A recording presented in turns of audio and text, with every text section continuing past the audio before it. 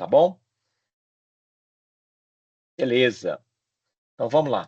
Vou começar aqui me apresentando para vocês. É, um minutinho, papapá. Vamos projetar aqui.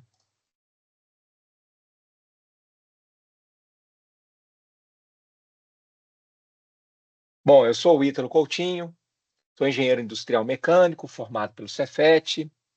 Já estou aí já beirando aí os 20 e poucos anos aí de profissão na área de engenharia. Atualmente eu estou fazendo um doutorado aí para complementar o meu mestrado na área de administração. Quando eu fiz o meu mestrado foi na área de aderência dos processos de gestão de projetos em projetos de engenharia. Aí agora a gente vai discutir sobre a complexidade desses projetos, como medir essa complexidade. Sempre me interessei pela área acadêmica. Hoje eu trabalho na Saleto, já trabalhei em empresas como DCML, Progen, Delp,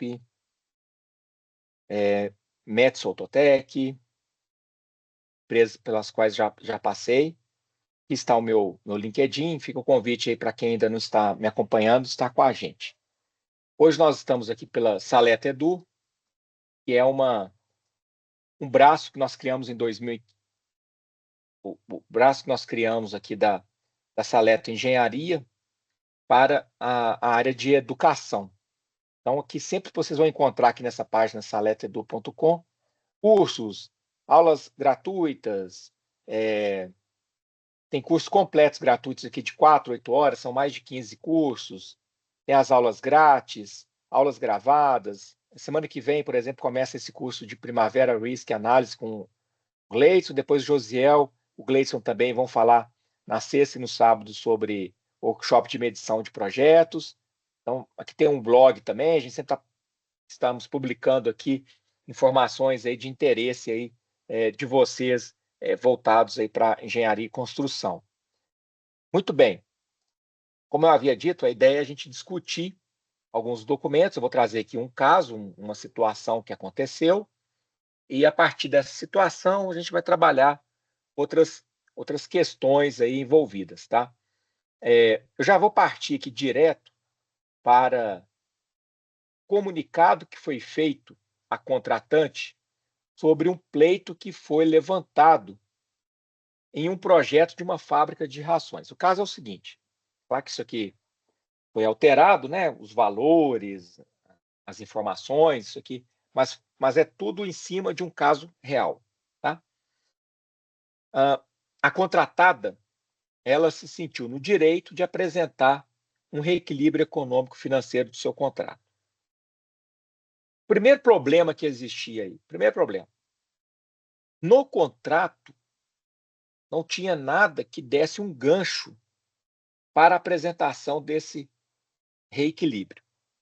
Eu vou materializar aqui para vocês entenderem do que eu estou falando. Nesse contrato aqui, é um contrato de administração pública, ele tem uma cláusula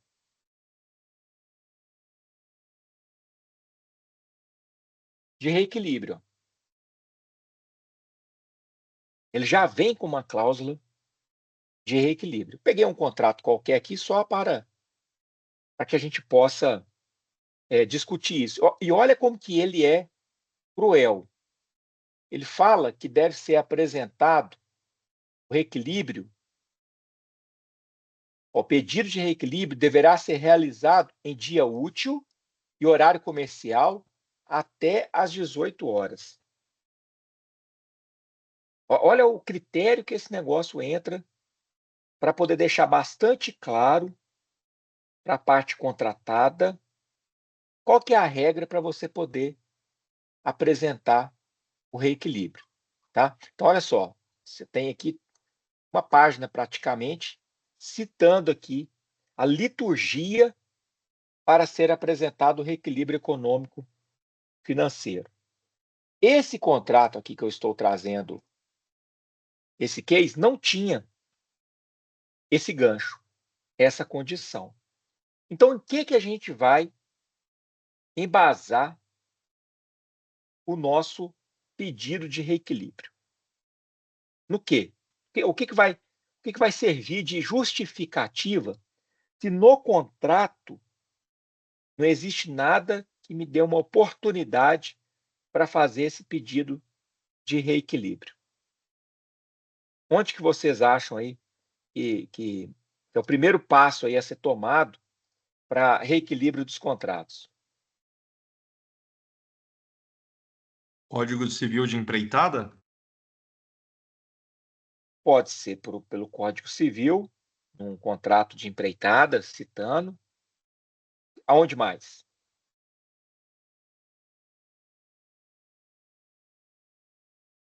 Aonde mais vocês acham que a gente pode encontrar isso? TCU?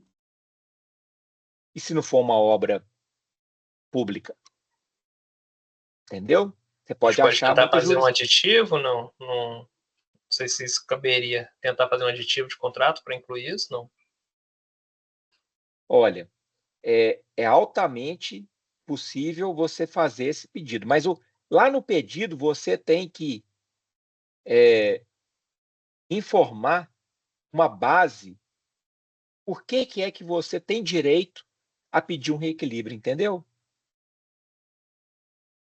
Entendi. A própria 8666, que agora virou 14133, ela fala sobre isso. Mesmo em contratos privados, eu posso usar ela. Mas não, se o contrato é da empresa privada com a empresa pública, a contratante é a pública, a lei vale para as partes. A Constituição fala que há necessidade e a proteção do equilíbrio econômico-financeiro dos contratos de direito público. A Constituição ela traz essa pega. Eu vou fazer outra provocação aqui. Eu assisti uma palestra essa semana. Norma é lei? Norma BNT é uma lei? Não. Não é uma lei, mas é uma boa prática de mercado. E tem leis que citam normas como boas práticas de mercado que devem ser seguidas daquela maneira, entendeu? O raciocínio? Então, olha só, quando você vai constituir o seu pleito, você tem que embasar em algo que te dê aquele direito, certo? No contrato, ele vai dizer o seguinte: os limites do contrato. Passou daqueles limites, você precisa rediscutir o contrato. O contrato que foi estabelecido entre as partes, ele é a velocidade zero para você iniciar ali a entrega de um produto, um bem, uma construção, um serviço. É uma referência. Se aquela referência deixar de existir do ponto de vista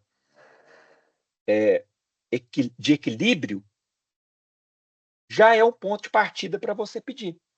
Então, olha só, o nosso contrato, o valor total previsto era de R$ 1.100.000.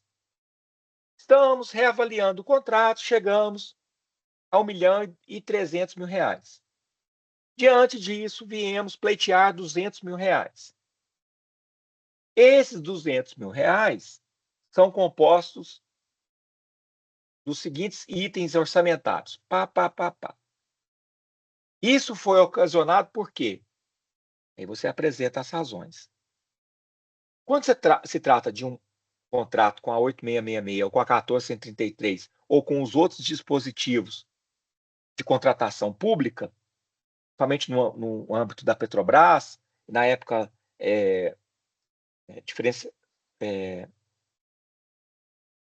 parte, quando você teve ali a Olimpíada, a Copa, você teve alguns regimes diferenciados de contratação, andou surgindo isso, né, os RDCs e tal. Quando você entra nesse debate do público contratando o privado para lhe prestar um serviço, você tem mais embasamentos. Aí vocês brilharam aí. Quer dizer, a discussão está muito boa. Por quê? Você tem instrumentos legais, inclusive jurisprudência, acórdãos, por exemplo, no TCU, que você pode usar de embasamento para você solicitar um reequilíbrio. Porém, na prática, nas empresas privadas, o privado com o privado, é muito difícil você achar um contrato que tenha cláusula de reequilíbrio.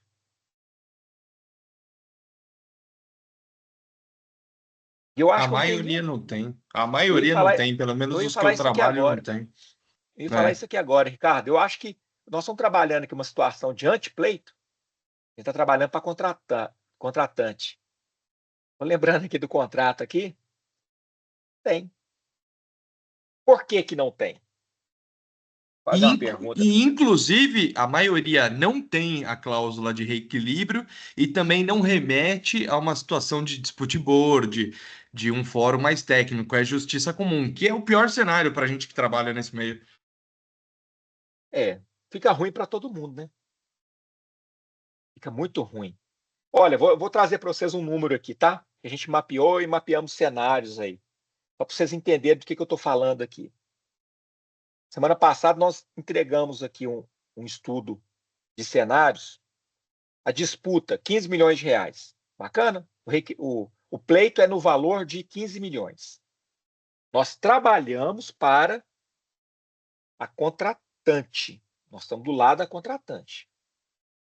Aí pegamos lá o que a contratada apresentou, 15 milhões. O fórum é a cidade de Mateus Leme, aqui próximo aqui a Joatuba, Betim. Tá aqui eu acho que Mateus Leme faz parte da Grande Belo Horizonte, não tenho certeza. É pertinho da gente aqui, para quem não é da região. Aí sim, ué. Sou até da região. Super, Haldney, seja bem-vindo. Haldney É foi isso aí. meu aluno. Sou Prazer. de Matheus Leme mesmo. Engenheiro mecânico dos bons, viu, gente? Esse menino É é isso aí. campeão. Tamo junto. Muito bem. Então, Haldney, aconteceu o seguinte, jovem. O fórum da disputa do contrato, Mateus Leme. Qual a previsão de disputar isso daí? 2 a 6 anos. 2 a 6 anos. Quanto que vai gastar? Quanto que vai gastar de advogado? Nós chegamos à conta, vai gastar até 1,5 milhão.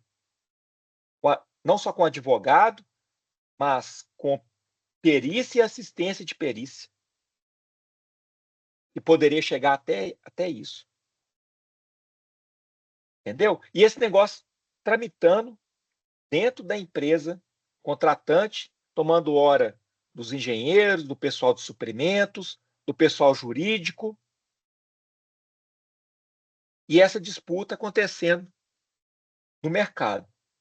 Depois eu vou transformar isso num case aí, lá no meu LinkedIn, eu vou colocar lá como exemplo, como que a gente fez isso. Nós fizemos uma matriz de risco, probabilidade, impacto. Igualzinho o PMBOK ensina para a gente. Por exemplo, um dos itens que a gente mapeou lá como uma ameaça, um risco. A contratante ter a imagem manchada, maculada, ruído no mercado, de que ela é muito rigorosa com seus contratos. E aí, quem vai trabalhar com ela, ou coloca um preço muito alto, ou não quer trabalhar com ela. Nós chegamos a mapear isso, entendeu? O risco era baixíssimo, então era quase que raro a classificação daquele mapa de calor de risco. Então, fizemos esse trabalho, levantamos quanto que seriam os custos, todo o processo jurídico, tudo que a empresa iria gastar, para a gente chegar à conclusão do seguinte: olha, se esse negócio judicializar, vai ficar péssimo. É para quem está pleiteando. Por quê? Aí nós pegamos um documento, eu não preparei ele aqui para mostrar, mas eu posso abrir. Tem uma coisa muito legal no documento do IBAP, que ele fala de grau de fundamentação. O Ricardo deve conhecer isso muito bem do que eu estou falando aqui. Conheço. Né? Grau de fundamentação. São 4 perguntinhas, né, Ricardo? 4 perguntinhas. Tem documento para comprovar o preço original? Tem documento para comprovar o desequilíbrio? Tem formas para calcular o desequilíbrio? Tem formas de calcular o reequilíbrio do contrato? São 4 perguntinhas lá que dá uma nota. Se chegar a maior do que 70, 80, o grau de fundamentação é alto.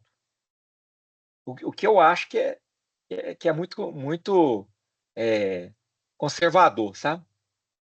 Eu acho muito conservador, porque é difícil você responder aquilo lá 100%, dar nota naquilo 100%, porque sempre falta alguma coisa. Qual que é o nosso hábito? Não registrar adequadamente. Não registrar. Então, pelo fato da gente não identificar, a gente acaba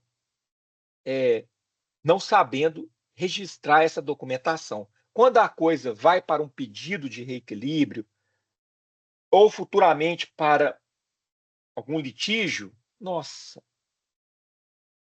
olha, nós já vimos de tudo. Inclusive, uma das partes falsificar a documentação. Até isso nós já vimos. É muito deselegante, né? E são colegas da gente, pessoas que a gente encontra aí no café ali na Savassi, num evento da ACE, no evento do PMI. Entendeu? É gente que está aí no dia a dia conosco aí. E o camarada falsificando o documento, forçando a barra ali para poder argumentar aquilo que não dá para argumentar. Bom, então, primeira conclusão que a gente chega. Os contratos privados com privado com privado, eles não têm essa cláusula de reequilíbrio econômico-financeiro. Chego a dizer que até hoje não apareceu um aqui no escritório que tem essa cláusula do privado com privado. O privado fazendo serviço para o público, isso sim, isso já identificamos algumas vezes. Bom, é o exemplo aqui desse do Ministério Público aqui de Minas Gerais. O que é o objeto desse contrato aqui? Gasolina, óleo combustível, que é muito bom você ter uma regra, porque são itens que sofrem alteração constantemente, né? Constantemente. Você vai abastecer, tá 5,70, depois você vai estar 6,40. Fica oscilando esse preço maluco aí, né? Do combustível. E qual que é a regra para você poder reestabelecer esse critério? Nesse caso aqui, olha para você ver o que estava o preço do diesel aqui, 3,69, né? Nem tá forçando a amizade aqui, né? Nem tá mais isso, né? Ó, muito bem, doutor Ricardo. Mandou para a gente aí a imagem que eu estava falando aí da fundamentação. Deixa eu abrir aqui esse documento para vocês verem. Ó, tá aqui, ó. Tabela 2. Ah, mas vocês tiraram o nome da gente daqui, aí não. Ah, não, tá aqui. Não, tirei não, peguei agora na internet. Tem que deixar o nome, você deu trabalho demais para fazer esse negócio. Perdi muita noite de sono. Cadê? Tá aqui, ó, tabela 2. Fundamentação. Cara, se não tiver fundamentação, nem segue adiante. Aqui, ó. Existem documentos pré-contratuais que definiram as premissas do equilíbrio econômico-financeiro contido no preço de venda original? Tabela de preço, discussão de preço, como que o preço foi formado? Muitas vezes o cara vende preço global. Como que você abre aquela caixa preta ali, aquela caixa de Pandora? Grandes empresas pedem para você abrir o detalhe. A indústria automobilística, ela interfere no seu custo. Ela fala assim, eu só vou pagar a hora do seu funcionário a tanto. Ela interfere na formação do preço do seu funcionário. Na indústria automobilística, isso é muito comum. Na indústria da mineração, siderurgia, óleo e gás, que é onde a gente tem mais acesso, o cara dá palpite no BDI. E ele fala assim, não aceito lucro seu mais do que 7%, não. Na hora lá que está discutindo, está negociando, isso é uma bobagem, porque aí o cara pega e esconde o lucro ali em outras fontes, outros custos. Né? Faz a famosa química da tabela lá, da planilha orçamentária. Certo? Professor, um Diga, ponto que Ricardo. você entrou que é muito importante e é uma discussão ferrenha, falando de preço global. Eu acho que 99% dos clientes que a gente trabalha Ele quer fechar um contrato por preço global, porque ele não quer aumento. Só que na hora de negociar o pleito e discutir, ele quer tratar como preço unitário. Mas veja bem, é contrato de preço global, não é unitário. Olha só, você vai ter que fazer um exercício para mostrar para o seu contratante como que aquele preço foi formado e ele vai interferir dizendo o seguinte: espera aí, administração central, eu não vou pagar 2 vezes, não. Posso pagar a administração local 2 vezes. A central não vou pagar. Ele pode chegar nesse nível de debate, Exato. entendeu, Ricardo? Então, Uhum, uhum. como que você... Já vou dar uma dica para vocês aqui. Uma sugestão, é claro que cada caso tem que analisar. Você é o seguinte, você vai fazer a sua formação de preço, vai abrir ali as condições. Por que você está pleiteando aquele item? Está dentro de um preço global? Como que você chegou naquele valor que você está pleiteando? E, se possível for, você buscar referências no mercado. Quer ver uma referência fácil para você usar? Tabela Sinap, Sicro, Sudecap, aqui da Prefeitura de Belo Horizonte, CUB. Estou indo pelo fácil, tá? Perfeito. Eu acabo usando sempre o ciclo, é mais fácil deles entenderem. Entendeu? Estou indo pelo fácil. Quer sofisticar esse negócio aí? Pede um orçamento, por exemplo. Vou imaginar que é uma disputa de montagem eletromecânica, perfeito? E lá dentro tem um preço de guindaste. Pede um orçamento atualizado da Transpes, por exemplo, do guindaste que ela alugaria durante o período tal, naquela localidade. E coloque isso na sua documentação para justificar o seu preço. Uhum. Ah, Ítalo, mas eu tenho o meu guindaste. Beleza. Eu aposto que o preço da Transpes para ir lá fazer esse trabalho para você é maior do que o seu, porque o seu já está mobilizado, já está próximo, não tem deslocamento. Então, você colocar um preço maior, você justifica o menor, concorda? Né? Perfeito. Tudo bem? Ah, Ítalo, mas nós estamos discutindo, não é guindaste, é mão de obra de montador. Faz o seguinte, você está lá montando uma célula de flotação, lá no Salobo 3, você vai precisar manter a equipe ainda por 2 meses, porque o seu contratante atrasou. Estou hipoteticamente viajando na maionese aqui, tá? Então vai ficar uma equipe lá de montador durante mais 2 meses. Pede uma cotação para Alfa Caldeiraria, uma Delmax, essa turma aí que trabalha com montagem eletromecânica. Olha, o projeto é isso aqui, está aqui os documentos, né, a localidade, as especificações do serviço que tem que ser feito lá. Quanto seria? Quanto seria? Pois, vocês estão me ouvindo aí? Estamos sim, estamos sim. Então, né? Quanto que seria para fazer esse serviço se forem vocês? Se tiver que deslocar daqui para lá. É claro que, novamente, certamente, o seu preço vai ser menor, porque a sua equipe já está lá, já está mobilizada.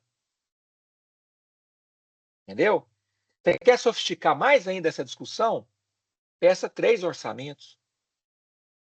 É claro que para cada trabalho desse, você vai gastar tempo de engenheiro orçamentista, você vai gastar contato, relacionamento para buscar esses orçamentos nessas empresas. Pode ser que a turma não te responda, porque sabe que aquilo ali é só para compor um processo. Peraí que eu acho que acabou meu... Um minutinho, peraí. Acho que acabou minha energia desse negócio aqui. Eu fiquei o dia inteiro aqui trabalhando com isso. Desculpa perguntar, mas vocês estão me ouvindo aí também? Só para eu ver. Estamos ouvindo, professor. Não, né? Então vamos embora. Você, Entenderam? Então, você quer sofisticar esse negócio? Você faz 3 orçamentos, por exemplo, que é uma prática de mercado, para você contratar, ter pelo menos 3 orçamentos, né?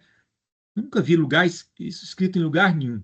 É que as empresas têm lá nos seus procedimentos da ISO, por exemplo, que qualquer contratação tem que ser 3, escolhe aquele mais adequado e tal. Mas não, isso não é uma regra geral, né? A gente sabe que processo de contratação, aí muitas vezes você vai ter 15 proponentes, né? Você tirar ali dos extremos aqueles que menos fazem sentido, e no miolinho ali, aqueles que fazem mais sentido, que podem te atender. Outra pergunta. Existem documentos que fundamentaram o preço de venda original? Lá atrás, quando você apresentou o contrato, você mandou uma lista de preço, vocês discutiram referência de dólar, de euro, como que isso seria tratado? Tem lá a formação do BDI, como que o BDI foi formado, por que está cobrando 15% de administração central, por que tem 2% de risco, 3% de incerteza, por exemplo, né? Se isso está muito claro, muito bem exposto. 3, existem registros comprobatórios das imprevisibilidades ocorridas ou das inadimplências contratuais que podem fundamentar o desequilíbrio, RDO. Nós temos um checklist que a gente apresenta no curso que varre toda a informação de RDO. Muitas vezes a gente chega à conclusão que é insuficiente. O pessoal é teimoso, não faz o RDO direitinho. RDO, o D é de diário. O cara deixa para fazer semanal, quinzenal. Faz mal feito. Coloca dificuldade. Isso é péssimo. Em obra pública, o fiscal é intransigente, não quer assinar. Você já se depararam com situação assim? Você faz o RDO, entrega lá para o cara assinar e não assina. Não comenta, não devolve. Faça a sua parte. Relate o RDO, pegue uma testemunha, protocole a entrega do RDO, registra isso, seja por e-mail, por um recibo a cada 15 dias, você manda um pacote RDO lá para quem contratou. Deixa claro que você teve boa fé em fazer os registros. Porque depois vem o nosso colega advogado do outro lado tentando invalidar aquelas informações, dizendo que ela é unilateral. 4. Existem documentos que comprovam os fornecimentos e seus direitos contratuais efetivamente realizados? Você fez o serviço, atendeu a qualidade, atendeu o prazo, atendeu as especificações técnicas. 5. Tem modelo matemático para você calcular o reequilíbrio? Você vai fazer por hora média, dia médio. Você pega lá uma média lá de faturamento daquelas atividades e elabora um dia médio lá de quanto custaria uma turma de trabalho. Você pode usar aqui uma referência de mercado para fazer esse cálculo. Falamos aí do ciclo, da tabela SINAP, orçamentos de mercado. O que você usou para calcular?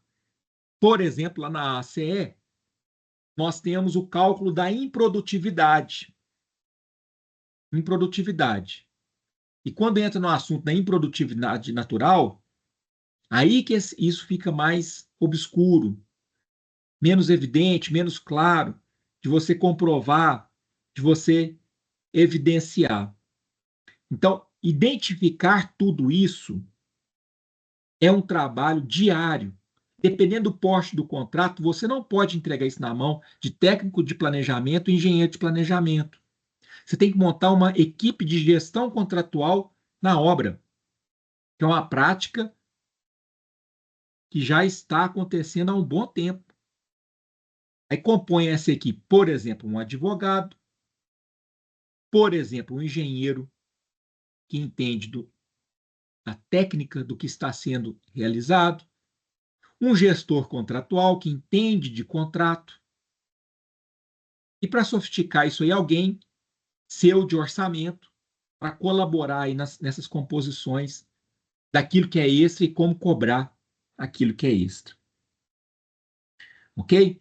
Eu já vi um camarada uma vez, que ele era advogado, chegou se apresentando na obra, perguntaram o que ele foi fazer. Não, vou verificar aqui se o contrato está andando bem. Mataram a charada do que ele estava indo lá fazer, que estava lá para procurar pleito. Ele não soube, né, explicar por que ele estava lá fazendo, porque na obra, você vai ter na obra quem vai produzir.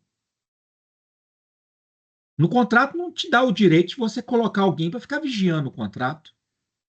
Isso não é muito evidente, né? Entendeu?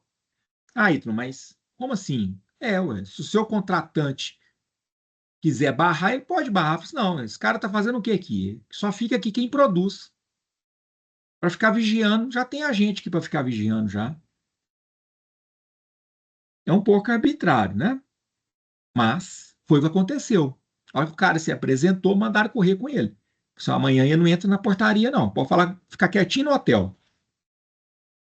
É um projeto lá em São Luís do Maranhão. Devolveram o cara para o hotel, depois devolveram o cara para São Paulo. Eles não deixaram ele ficar na obra. Então, esse documento que está em tela aqui, Ricardo trouxe para a gente, muito gentilmente, é a norma de avaliação de desequilíbrio econômico financeiro de contratos e obras de engenharia do IBAP. E eu citei aqui a ACE 29R03, que fala sobre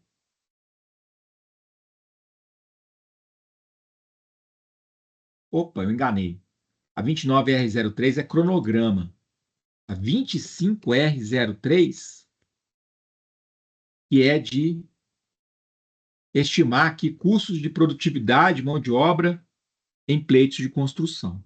Quer fazer uma análise de cronograma? É a 29R03. Quer fazer uma análise de improdutividade natural? É a 25R03. Tá bom? Aqui, por exemplo, você tem Mile, que é uma técnica para você medir improdutividade. Você compara como seria e compara como aconteceu, e o delta é aquilo que tem que ser reequilibrado. Ok? Me parece que o pessoal da ACE Brasil está revendo, está traduzindo outras normas também. Eles tinham um trabalho muito brilhante, muito bacana deles aí, para trazer esses documentos. O legal de tudo isso daqui é que tanto a arbitragem quanto, se por acaso ir judicializar isso em fóruns, você pode usar essa documentação para embasar o seu trabalho, o seu laudo, o seu relatório sobre aquele pleito, sobre aquela disputa, aquela discussão que está sendo ali em cima da lide lá, ok? Pois bem, voltando aqui. Então, eu mostrei esse contrato para vocês e ele tem uma cláusula de reequilíbrio.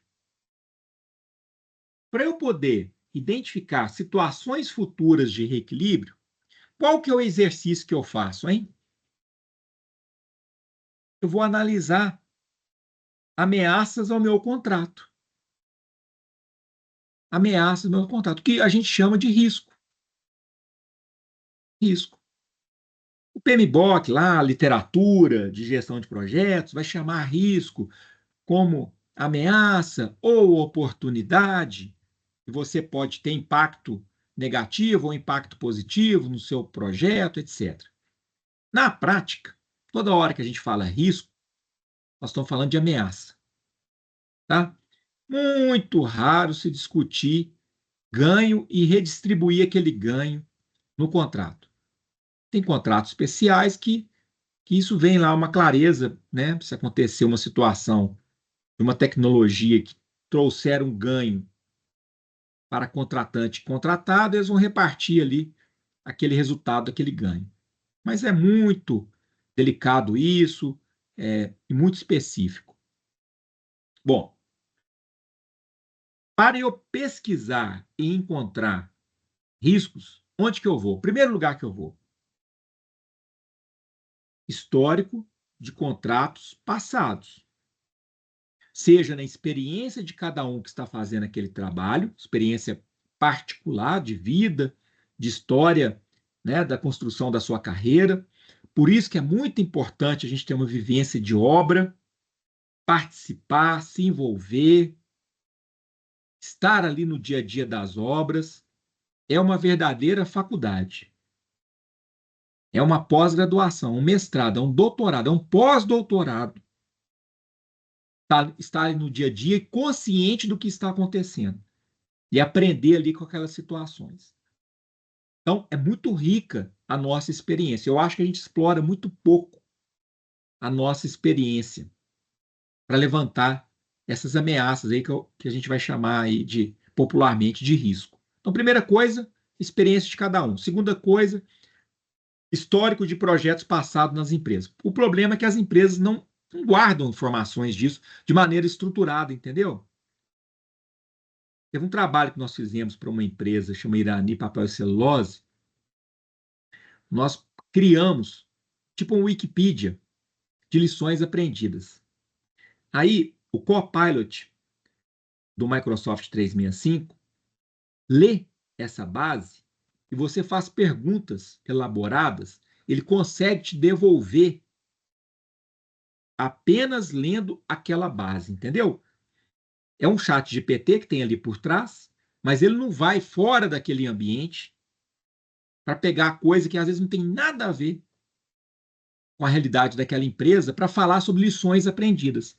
Copilot, preciso de uma empresa para fazer uma pintura eletrostática industrial nos nossos equipamentos que vão trabalhar em alta temperatura, conforme a nossa base de histórico, o que nós já fizemos, o que nós já aprendemos, papapá, papapá. Então, ele vai só lá naquela base para fazer esse levantamento.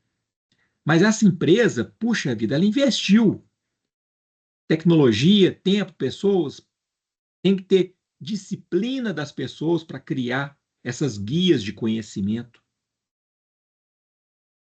É uma riqueza tremenda, porém, dá um trabalho muito grande. Então, ó, experiência das pessoas, lições aprendidas das empresas, histórico de projeto nas empresas. Então, estou falando de 3 coisas aqui para você levantar risco. Vou falar de uma quarta aqui. O PMBOK, Construction Extension, vou pegar ele aqui. Na sua edição de 2017, falando que eu vou pegar, mas cadê o documento? Cadê o livro, hein? Ele tem lá no final, nas suas páginas de apêndice, achei. E, ó, esse livro aqui, ó, tive a oportunidade de colaborar com esse documento. Lá no finalzinho, vou pegar a página certinha aqui para você ver aqui. Esse cara entrega para você mais de 50 riscos de construção. Página 167, peraí. Ele tem uma lista aqui de riscos para você ter como referência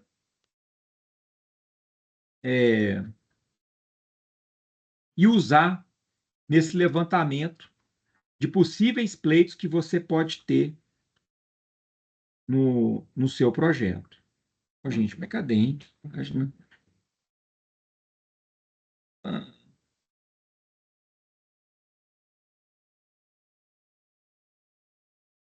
Tá aqui, ó. Aqui, ó. Causas mais comuns de riscos em projetos de construção. Vocês não estão vendo, não, né? Causas mais comuns de riscos em projetos de construção. Está lá na página 189. Aí ele quebra isso como se fosse uma EAP. Aí vem riscos de engenharia ou técnicos. Aí coloca lá, engenharia incompleta ou inadequada. Já encontraram isso por aí? Já encontrou, Ricardo? Engenharia incompleta muito. ou inadequada. É o primeiro aqui. Vou pular aqui. Contratante, subcontratados e fornecedores. Capacidade do contratado ou do subcontratado. Capacidade produtiva. Capacidade em entregar. É um risco. Entendeu? Então ele tem aqui, ó. São mais de 50. Tem aqui. Ele vem te apresentando isso. Ó, então, te apresentei aqui um quarto documento para você poder usar como referência para levantar risco. Você não está satisfeito? Você quer pesquisar mais ainda? Então, eu vou te contar uma coisa. Felizmente, na 1433, foi explorado mais o conceito de matriz de risco. Esse conceito já existia antes nos contratos público-privado. Petrobras foi pioneiro em usar isso lá atrás, mas agora isso se tornou obrigatório. O CREA vai contratar, é uma autarquia pública, autarquia federal da União, e vai contratar qualquer coisa. Ele tem que montar uma matriz de risco. Pra vocês terem uma ideia, tá? Eles têm que montar uma matriz de risco. Então, felizmente, isso é colocado no portal da transparência. E aí a gente tem acesso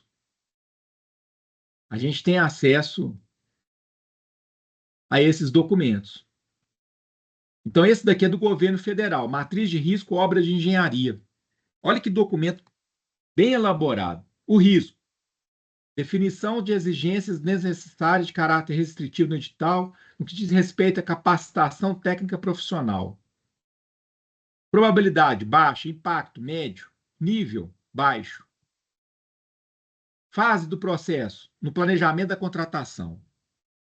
Então, isso aqui é um negócio para você saber que na hora lá de planejar a contratação, tem esse risco de ter um camarada lá que não tem capacidade técnica para fazer o contrato. Entendeu?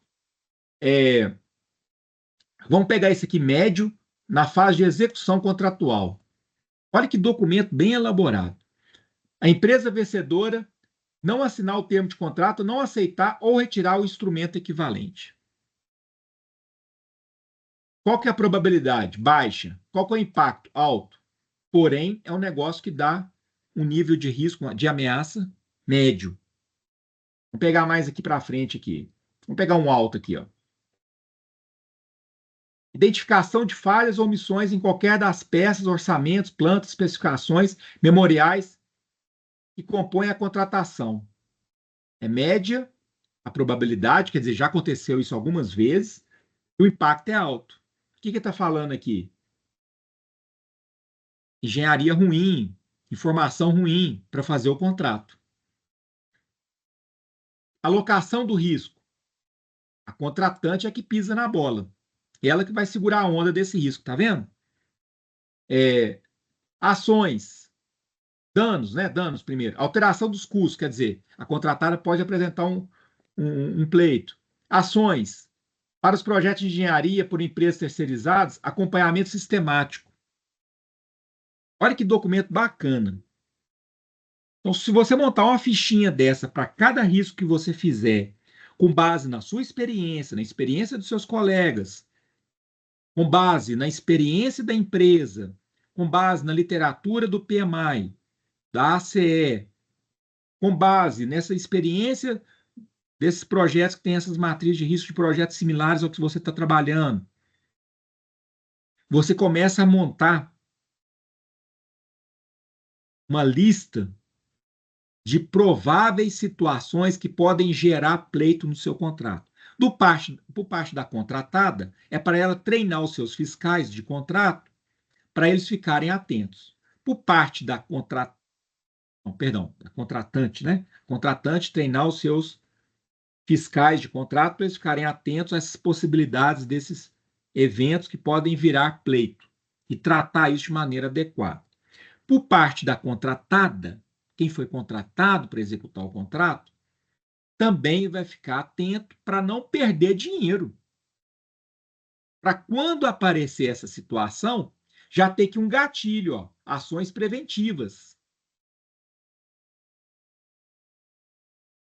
Tem um livro que fala sobre 7 hábitos das pessoas, não sei o quê, um negócio assim, um livro perdido por aqui. Ele conta uma história que o Starbucks treina o seu barista lá, a pessoa que prepara o café, para situações que podem acontecer. Por exemplo, o cliente foi pegar o café e deixou o café cair. Pô, vamos pegar, de imediato nem se discute. O barista lá está orientado, ele pode fazer isso, preparar um outro café, o cliente vai ficar super satisfeito.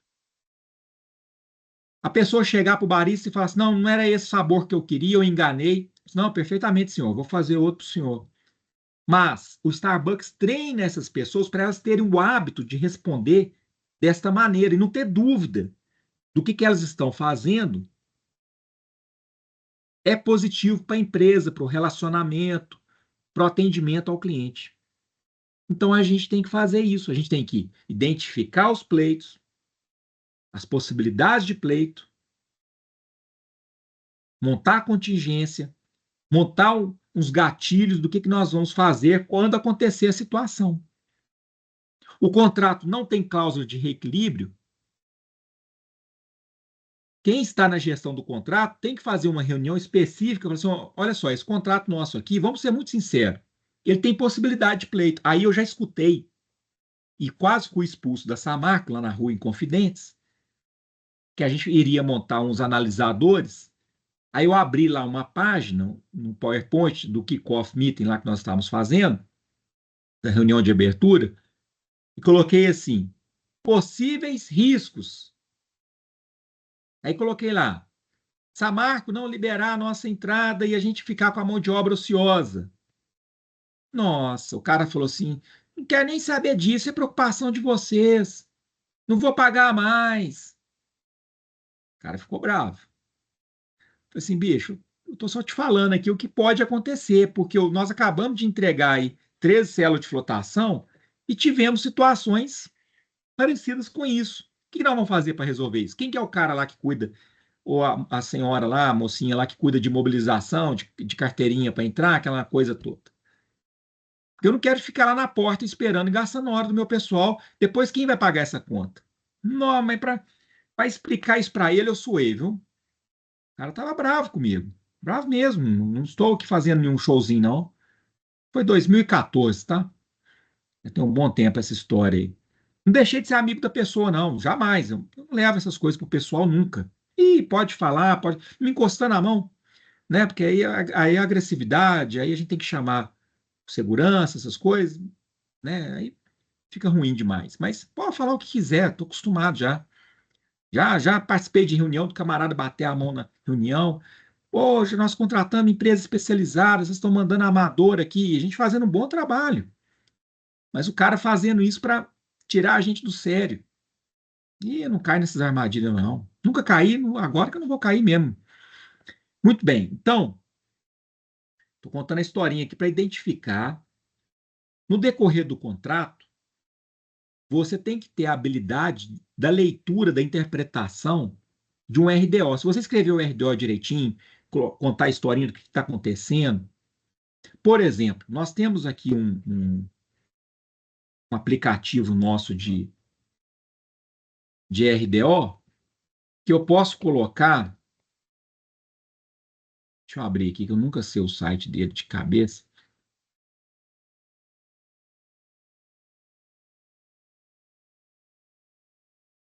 Vou pegar esse aqui, desse caminhãozinho que a gente fez aqui para limpeza de célula de flotação, célula de flotação, de painel solar, né, dos módulos dos painéis. A gente elaborou toda a estrutura desse caminhãozinho, era uma planta imensa, tinha esses trackers que movimentam conforme o horário do dia, né, do dia e tal.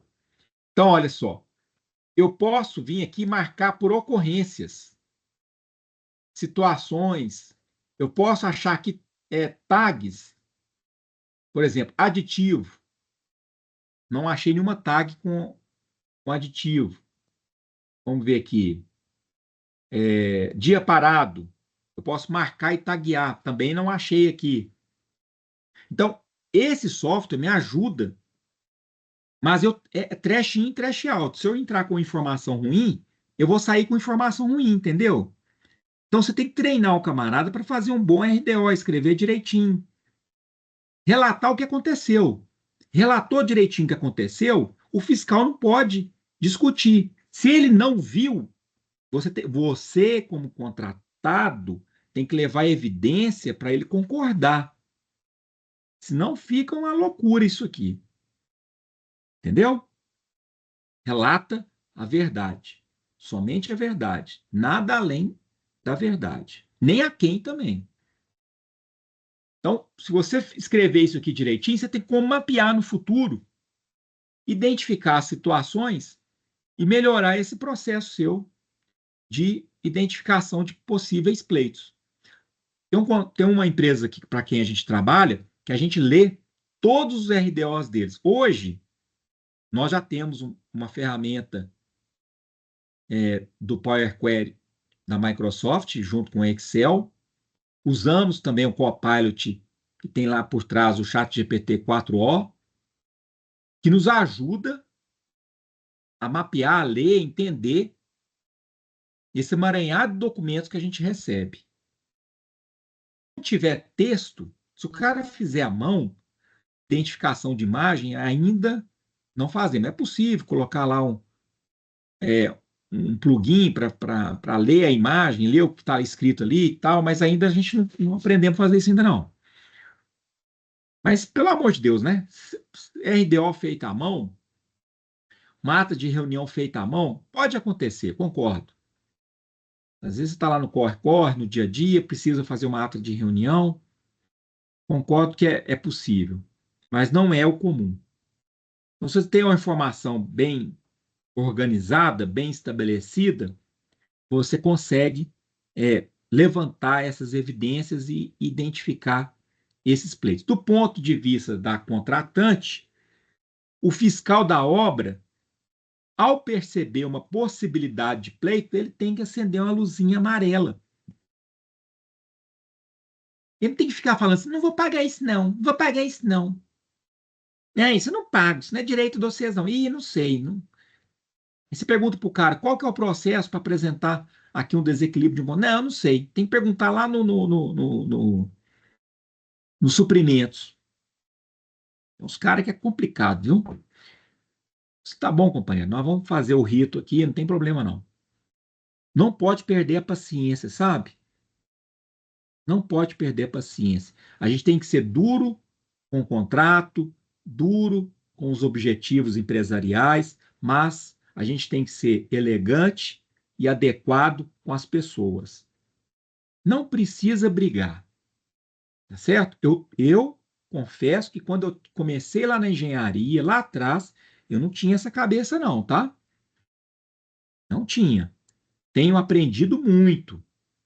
Estou aberto a aprender todo dia, porque é muito difícil. Não sei se o Felipe já encontrou aí fiscal de empresa pública, de prefeitura, de Ministério Público, de TJ. Puxa vida, tem uma turminha aí que é difícil, mas eles não estão acima da lei, certo? Eles não são a lei, nem a autoridade da lei eles são. Eles estão ali representando os interesses do município, do estado, da União. Desses órgãos não, mas só tem que dar vale. Você falou até Progen que você trabalhou, o pessoal da Progen é chato, viu? A gente brigava demais com eles. Mas conversando se entende, né?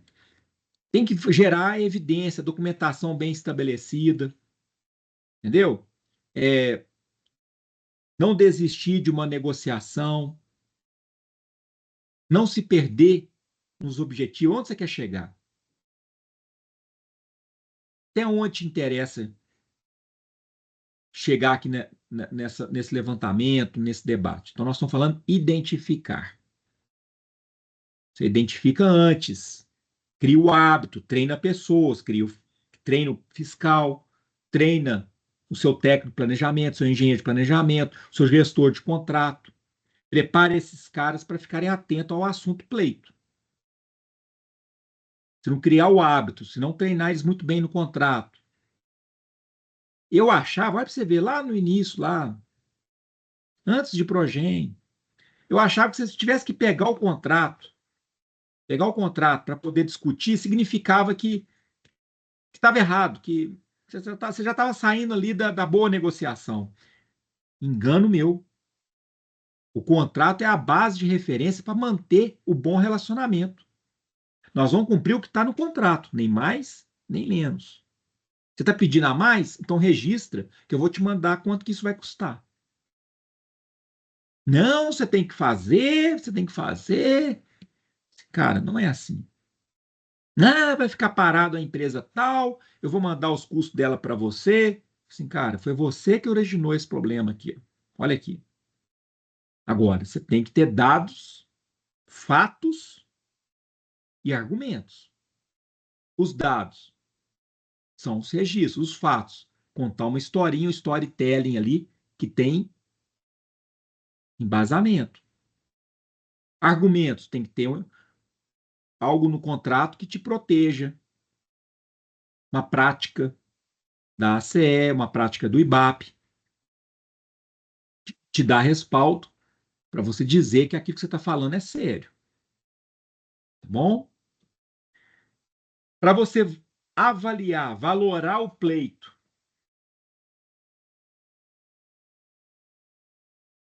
Opa, peraí que fechou aqui. Esse documento do IBAP, ele é muito positivo para você valorar o pleito. Ele constrói aqui cenários antes, quando desequilibrou, o que precisa ser feito para reequilibrar. É o basicão. Certo? Como que eu construo isso? Você tem que ter uma memória de cálculo do pleito. Vou mostrar para vocês aqui. Você vai levantar na EAP, aí você tem que ter um bom planejamento. Todos os itens que sofreram algum tipo de desequilíbrio. E aí você vai mapeando aqui, ó. No item 1, 1.1, 1.2. Tudo que é amarelinho aqui é porque sofreu uma alteração. Tem situações que está negativo, porque eu deixei de fazer essa tarefa. Então tem que ser justo também, entendeu? Você não fez, estava no seu contrato para fazer, você não fez por algum motivo, não precisou, sei lá. Você não vai cobrar. Então a gente monta aqui tudo certinho, aí no final você tem uma tabela resumo. Aqui o BDI, que foi utilizado para o pleito. Eu mantenho o BDI original e deixo para negociar depois. Por quê? Ah, Ítalo, mas você fez o trabalho em paralelo. Como que você está usando sua administração central 2 vezes? Mas eu usei, entendeu? Eu acabei usando.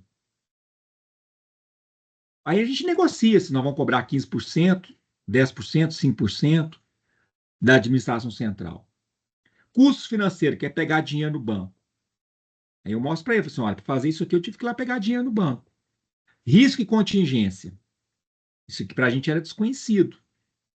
Lucro. Eu já vi situação de zerar tudo isso daqui, ó, e pagar só o tributo.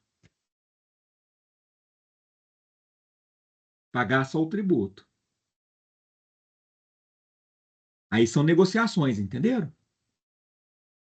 Aí você vai pegar tudo isso aqui matematicamente, que o engenheiro adora isso aqui, né? O engenheiro vai bem aqui, ó. Só que você tem que colocar isso para o advogado ler também. Aí você vai apresentar uma carta. Como que você fez? Entendi a linha do tempo do contrato, levantei as evidências, analisei as cláusulas contratuais, precifiquei os eventos extras. Então, olha, principais eventos. Comecei a mapear aqui os eventos, ó. Vai chegar a quase 80 eventos aqui, ó. Tudo que aconteceu no contrato que eu estou argumentando.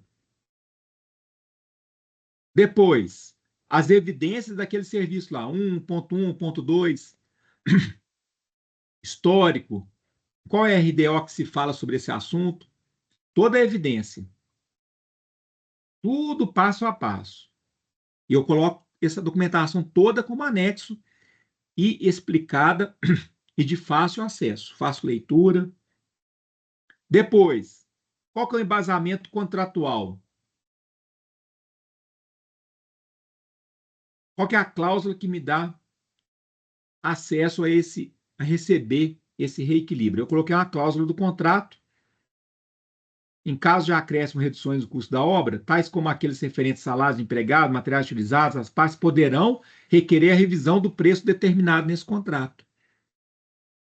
Olha que maravilha. Me dá uma pega para pedir reequilíbrio, entendeu?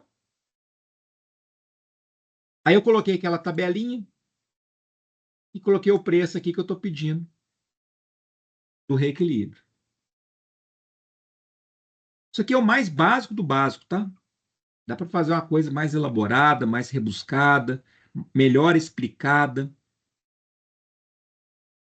Essa Mostrando assim. situação, professor, que você está mostrando é só de variação de quantidades. Você tem alguma aí de variação de índices? Reajuste de índice, mudança de índice? IPCA, Selic, etc. Alta de preços, baixa de preços? Fizemos. Naquela época da Covid, fizemos muita coisa daquilo. Principalmente nessa época.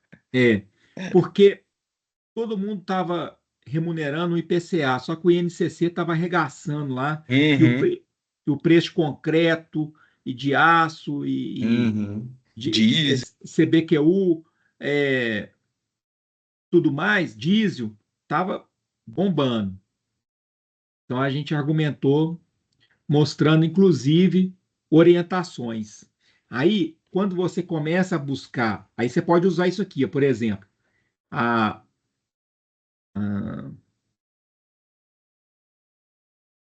Distrito Federal tem um manual e metodologia para rever preços para fins de análise de reequilíbrio econômico-financeiro de contratos e obras de serviço de engenharia. É uma base. Isso aqui é aderente à prestação do serviço que você está fazendo, você pode usar. É melhor um critério mediano, um critério ruim, do que nenhum critério. Entendeu meu pensamento? Perfeito. Né? Ok?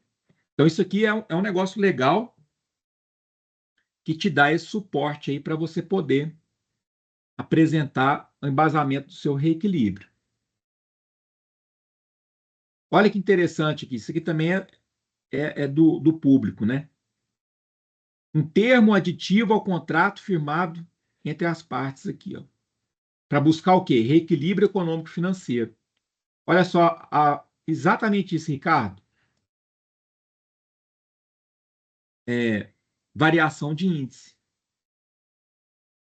Aí ele já tem aqui o modelinho que é anexo ao contrato para você apresentar o reequilíbrio. Como que você tem que apresentar? Furnas, quando você pede reajuste de contrato, ele tem um modelinho, agora é Eletrobras, né? Tem um modelinho bonitinho desse daqui para você preencher. Passo a passo. Aí fica fácil. Ajuda demais. Agora, no privado, você apresentar esses modelos, falar sobre isso daqui, é um tabu. Tem um pensamento que o empreiteiro sempre quer passar a perna no contratante, entendeu? Sempre. Infelizmente, a gente tem esse ranço na relação contratual no Brasil. E quando você fala de reequilíbrio, a maioria dos clientes acham que você tá querendo ganhar mais. Não é ganhar mais. Eu estou desembolsando, eu estou com um meu fluxo negativo, pô. Exatamente, garoto. Exatamente. Beleza? O que mais, hein? Eu falei desse contrato, comunicado eu falei, matriz de risco eu falei, estudo de reequilíbrio. O TCE de Minas Gerais, uma análise doutrinária e jurisprudencial para reequilíbrio econômico financeiro. Ele te mostra aqui, ó, bonitinho, passo a passo, né? O embasamento aqui é na 8666, na 1433, tudo que você pode usar ou não pode usar para pedir reequilíbrio de contrato. Caso fortuito fosse maior fato do príncipe, atualização financeira e compensação financeira, que são esses índices que você falou, sistema de registro de preço, variação cambial, Reequilíbrio nas concessões de serviço público. Já fizeram o manual. Assim, ó, gente, a gente audita assim, ó.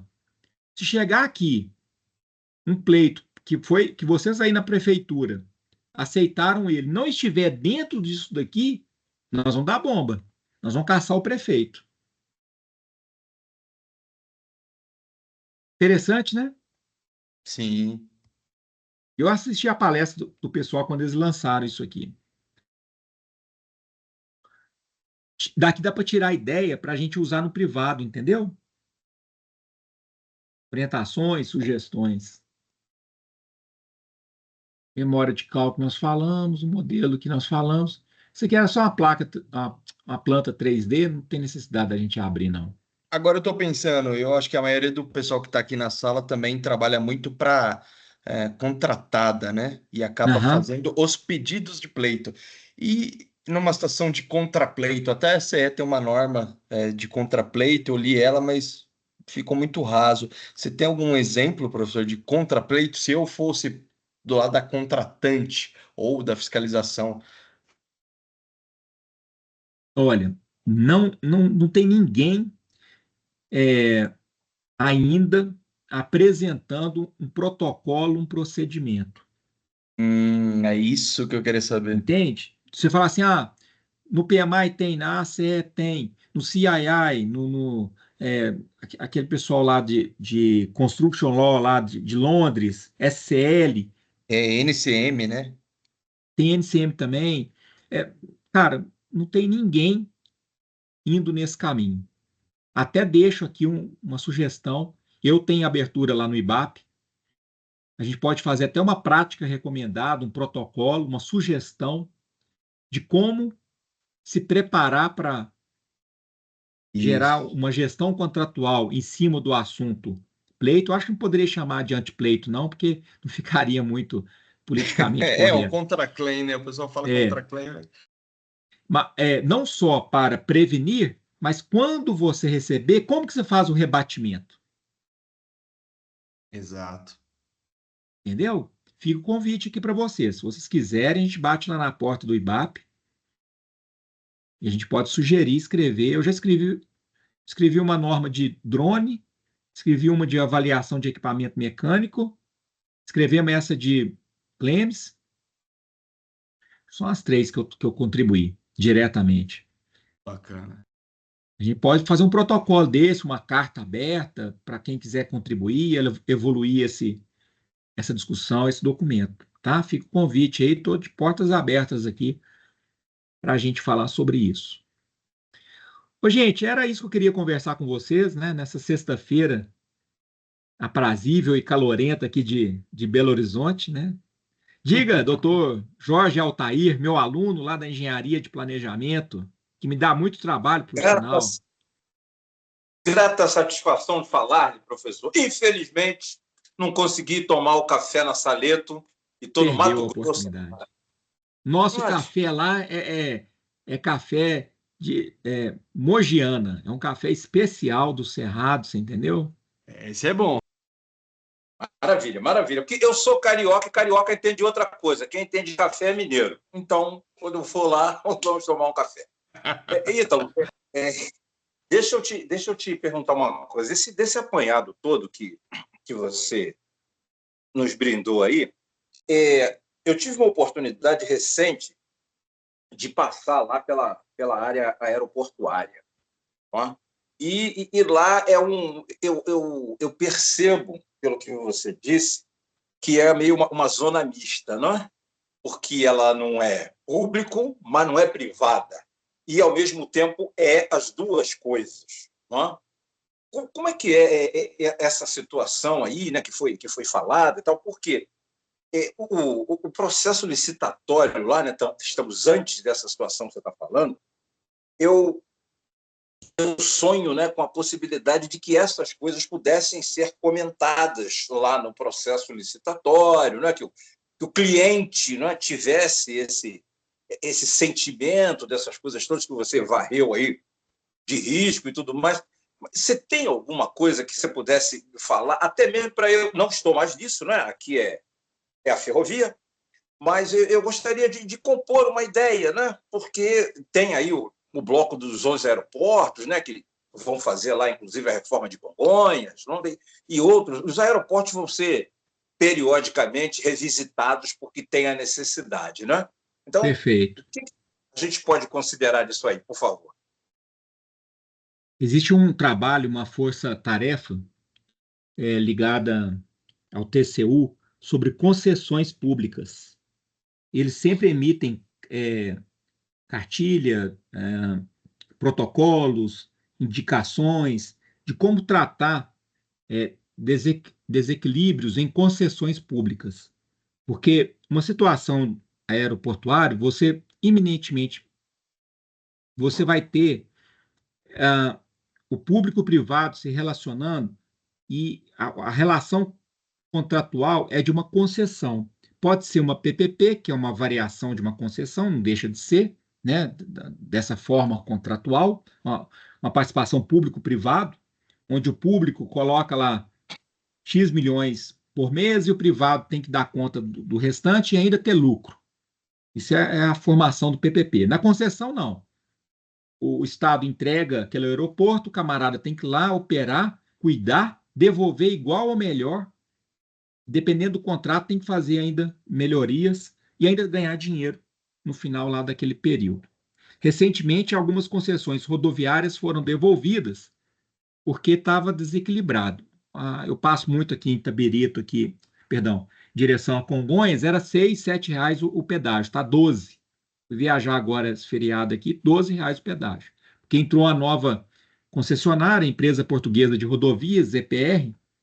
Então, lá nesse ambiente aí aeroportuário, que eu já tive a oportunidade de trabalhar, inclusive a gente tem um colega lá na ACE, que é o Ricardo Góes, foi até professor nosso aqui na pós de engenharia de orçamentos, ele trabalha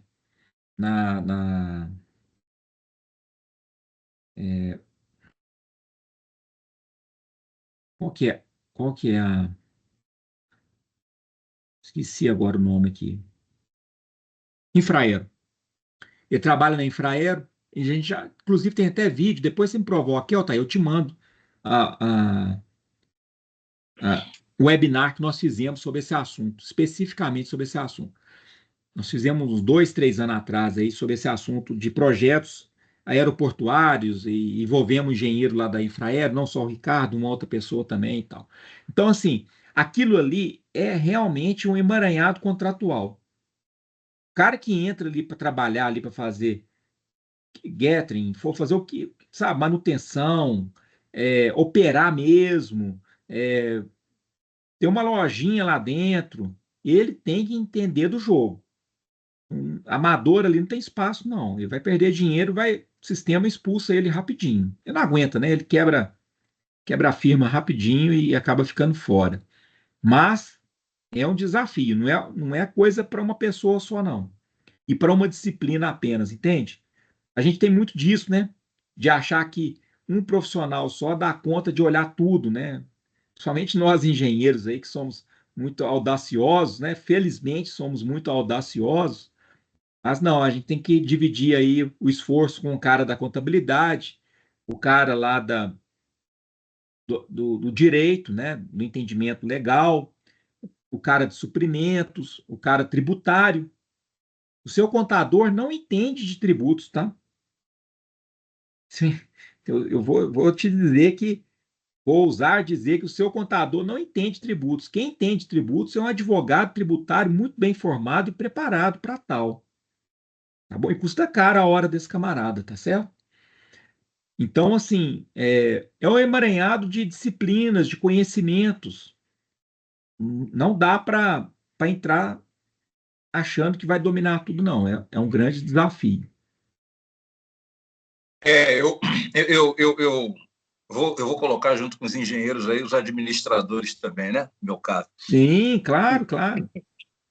Mas eu concordo 100% contigo, Gilberto, que realmente eu pude perceber isso. Não é que não dá para você fazer um olhar muito fechado, né? Você tem que abrir muito esse leque, inclusive no estudo para compor a questão de proposta, né? Tanto a técnica quanto a comercial. ela é muito delicada, né? Por conta de que você tem o aeroporto, né, em operação, né? Eu tenho um amigo que é engenheiro de infraestrutura aeroportuária, ele é até militar, e ele comentou comigo, né, numa ocasião, que é super problemático você fazer obra de aeroporto, que ele não para, né? Não tem esse negócio, não, vamos fechar o aeroporto. Não, você não tem janela ali para operar, não, né? É difícil. Realmente, né? Ele até comentou que pegou alguns aeroportos, por ser militar, pegou alguns aeroportos fora desse circuito maior aqui, né? Algumas coisas de norte, tal, algumas coisas no nordeste, mas ele falou que tem uma tremenda complicação, entendeu? É uma coisa realmente muito difícil. E essa parte que você citou aí da lojinha, tal, os interesses comerciais, né? Porque é interessante que o aeroporto ele não é só para você entrar e viajar, né? O aeroporto ele tem toda um apelo, né? Ele tem uma ação muito forte em cima dessa atividade comercial. Claro. Então, por onde você caminha, né? E eu te confesso que até fazer esse trabalho, eu tinha aquele sentimento do cara que entra e vai pegar o avião. Então, reclama porque é longe, entendeu? Só que depois que eu participei da coisa, eu percebi que o cara faz o seguinte, olha, o cara tem que andar, igualzinho no supermercado, né? Você põe o pão de um lado e põe o refrigerante do outro, para o cara poder andar o supermercado o tempo inteiro, né? E comprar muito mais do que ele precisa. E no aeroporto não é diferente, né? E interagir, não é? Que é uma função lá do tal do Horácio, né? Que é um Superman, né? É um ombudsman do momento atual. É um cara que tem que conhecer de tudo, né? Porque ele é o verdadeiro coordenador de interface, né? O cara que recebe as informações, que multiplica e tem que estar tudo no tempo certo. Então é um super profissional, né? Aspas aí na denominação. Mas não é um cara comum, certo? Certamente não é um cara comum. Né? Precisa ter um nível de conhecimento e essas habilidades, né, de conversação, de negociação, de flexibilidade muito grande, né? Eu tive essa oportunidade. Então, essa abordagem que você fez aí, eu concordo na íntegra, né? O cara lá o cara do Starbucks, o cara da Casa do Pão de Queijo, do Rei do Bate, do que tiver lá, você tem que falar com todo mundo, além de todos os caras das companhias aéreas e mais os controladores de voo, né? Os militares, as autoridades que usam o aeroporto. Não, quer dizer, é um emaranhado de interessados, né? Muito grande. Verdade. Com certeza. Valeu, Ayá. Então, aí eu te procuro para você compartilhar essa informação aí para eu dar essa melhorada aí no conhecimento. Mando sim, manda um zap aí que depois eu encaminho para você o vídeo e mando para os colegas aqui também presentes aqui para vocês verem esse webinar que a gente fez lá com o Ricardo e o colega dele da Infraero. Boa. Pessoal, mais algum ponto, alguma pergunta, algo que eu possa ajudá-los? Não, só agradecer, professor. Obrigadão por disponibilizar esse tempo, esse bate-papo. Muito bom. Sexta-feira. Vamos tomar cerveja. Vamos. Agora nós vamos abrir uma Corona Zero. Tô agora no ritmo da Corona Zero. E aí você coloca o limãozinho ali, vai ser feliz, não dá dor de cabeça pro dia seguinte, a cerveja está com uma boa qualidade. Estou aprendendo a fazer cerveja zero. Boa. Bacana. Fica a dica e a propaganda aí. Não estou ganhando nada não, tá? Corona não está patrocinando a gente. Tá ela é fabricada lá em Montes Despacho, Ítalo? Não, lá em Bom Despacho nós temos a outra cerveja lá, que é a Laut. Vai estabelecer uma fábrica lá, sabia disso? Olha que bacana. A Laut Cervejaria, que é conhecida aqui em BH, vai abrir uma fábrica lá. Também faz parte da grande Belo Horizonte, Bom Despacho. Pois é. Bom Despacho é uma micro-região metropolitana, você entendeu? Então, atende ali todo mundo ali. Futura capital. Futura capital. Nós vamos separar do estado. E Bom Despacho é cheio de flamenguista também, tá?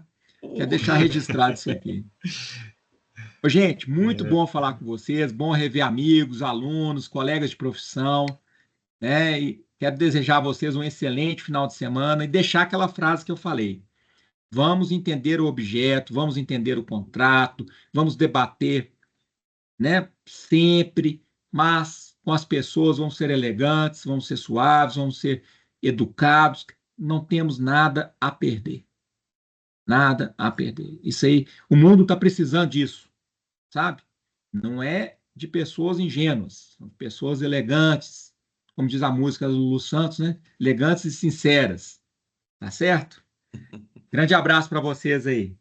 Muito obrigado. Com Deus. Obrigado, um Até a abraço, galera. próxima. Valeu, Ítalo. Obrigado. Obrigado a vocês aí. Valeu. Tchau, tchau. Tchau. Obrigado. Obrigado. Grande abraço, Mauro.